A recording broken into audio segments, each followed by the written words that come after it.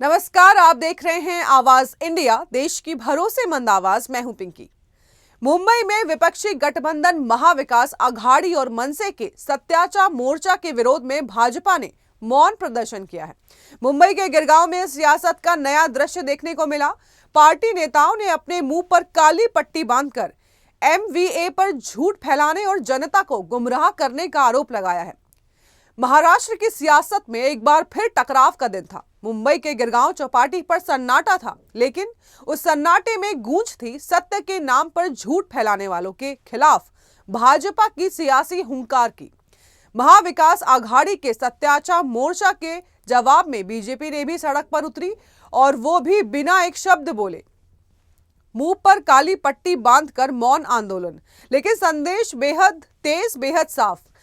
मविया की साजिश अब नहीं चलेगी। प्रदेश अध्यक्ष रविंद्र चौहान ने महाविकास आघाड़ी पर बड़ा हमला बोला। उन्होंने कहा कि चुनाव नजदीक है, हार का डर है, इसीलिए एक बार फिर झूठा नैरेटिव रचने की चाल चल रही है।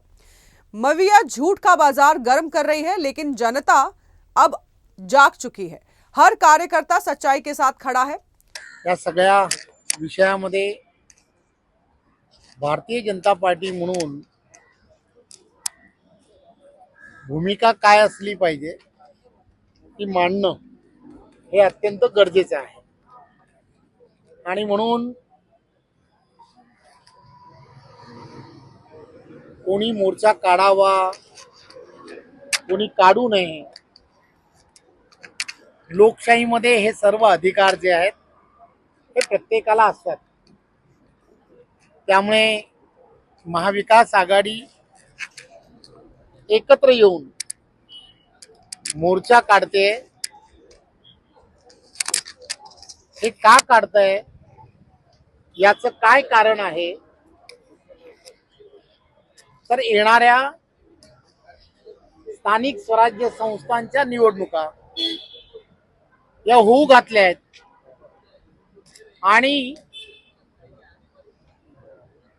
प्रत्येक निवडणूक ज्यावेळेला समोर येते त्यावेळेला एक फेक नेरेटिव्ह हा कसा तयार करावा याचं नेहमीच प्रशिक्षण हे त्यांच्या बरोबर असणारी सर्व मंडळी, वेगवेगळे एनजीओज हे नेहमीच देत असतात। वहीं मुंबई अध्यक्ष अमित साटम ने भी तीखा वार करते हुए कहा है कि मतदाता उन्हें क्यों नकार रहे हैं। इसका आत्मनिरीक्षण करने के बजाय मविया असत्य का तमाशा खड़ा कर रही है। ये मोर्चा नहीं, हार का डर है। महाराष्ट्र की जनता ने मविया को घर का रास्ता दिखाने का मन बना लिया है। देखो, कोर्ट में जाने का अधिकार सबको है, वो कोर्ट में जा सकते हैं, लेकिन कहीं ना कहीं 25 वर्षों में मुंबई की महानगर पालिका में इन्होंने जो भ्रष्टाचार किया है, मुंबई का हर एक कोना इन्होंने बेच के खाया है, मुंबईकरों की जेब के ऊपर इन्होंने जो जेब कतरी का काम किया है, इन्होंने कोविड में जो भ्रष्टाचार किया है, इन सारे चीज़ों की चर्चा मुंबई के महानगर पालिका के चुनाव में ना हो, इसीलिए दिशा भूल करने के लिए ये जो है वो वोट चोरी और ईवीएम और मतदार यादी में जो डिस्क्रिपेंसी है उसकी तरफ अपना मोर्चा घुमाने की कोशिश कर रहे हैं। लेकिन इस प्रकार का प्रयास करना मतलब विधानसभा के चुनाव में जिस महाराष्ट्र की जनता ने अपना मत दिया, अपना वोट दिया, उस महाराष्ट्र की जनता का अपमान और अवमान करने का काम ये लोग कर रहे हैं, और महाराष्ट्र की जनता इन्हें कदापि माफ नहीं करेगी। और आने वाले स्थानिक स्वराज्य संस्था के चुनाव में इनको महाराष्ट्र की जनता फिर से एक बार घर बिठाने वाली है। देखो, ये निराशा से इस पूरे देश में ऐसा उदाहरण नहीं है कि कोई भी मुख्यमंत्री, सिटिंग मुख्यमंत्री जब भी होता है तभी उसके 90% से ज्यादा विधायक उसको छोड़कर जाते हैं, सत्ता को लात मार के जाते हैं। ऐसा एक ही उदाहरण इस हिंदुस्तान की राजनीति में, और वो उसका उदाहरण उद्धव ठाकरे है। उद्धव ठाकरे जब मुख्यमंत्री थे तो 54 में से 54 में से 44 विधायक इनको छोड़कर, इनकी पार्टी को छोड़कर सत्ता को लात मारकर चले गए। इससे ये निराशा इनकी पूरी हो चुकी है, इनकी पार्टी खत्म हो चुकी है, इनका चिन्ह भी हाथ से गया है।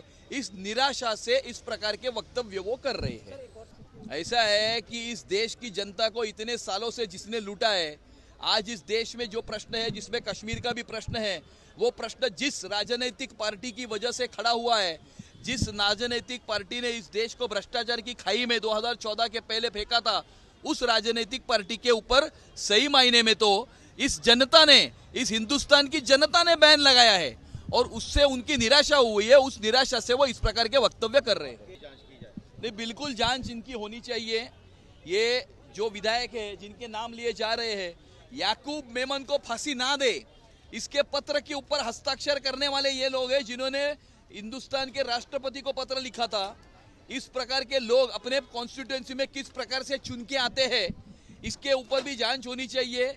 इन लोगों का काम ये है कि सरकारी जमीन का कब्जा करना, उसके ऊपर इलीगल कंस्ट्रक्शन करना, उसमें बाहर से रोहिंग्या और बांग्लादेशी लाकर बसाना, अपना राजनीतिक पद का इस्तेमाल करके इनको आधार कार्ड, वोटर कार्ड बना कर देना, इसमें वोटर बनाना, बाद में चुनाव लड़ना और इन लोगों के वोट के ऊपर चुन के आना, ये इनकी मोडस ऑपरेंडी है और इस मोडस ऑपरेंडी की भी जांच होनी चाहिए।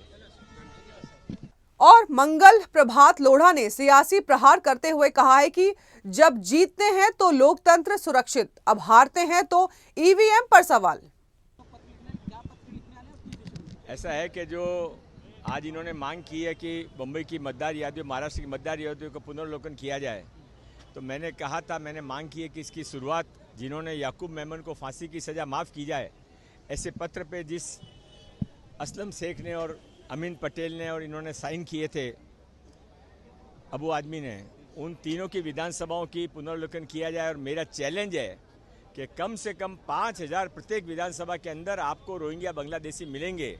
पहले ये रोहिंग्या बांग्लादेशियों को आप निकालिए, तब आपको समझ में आएगा कि उल्टा चोर कोतवाल को डांटे की कहावत किसके लिए बनी थी।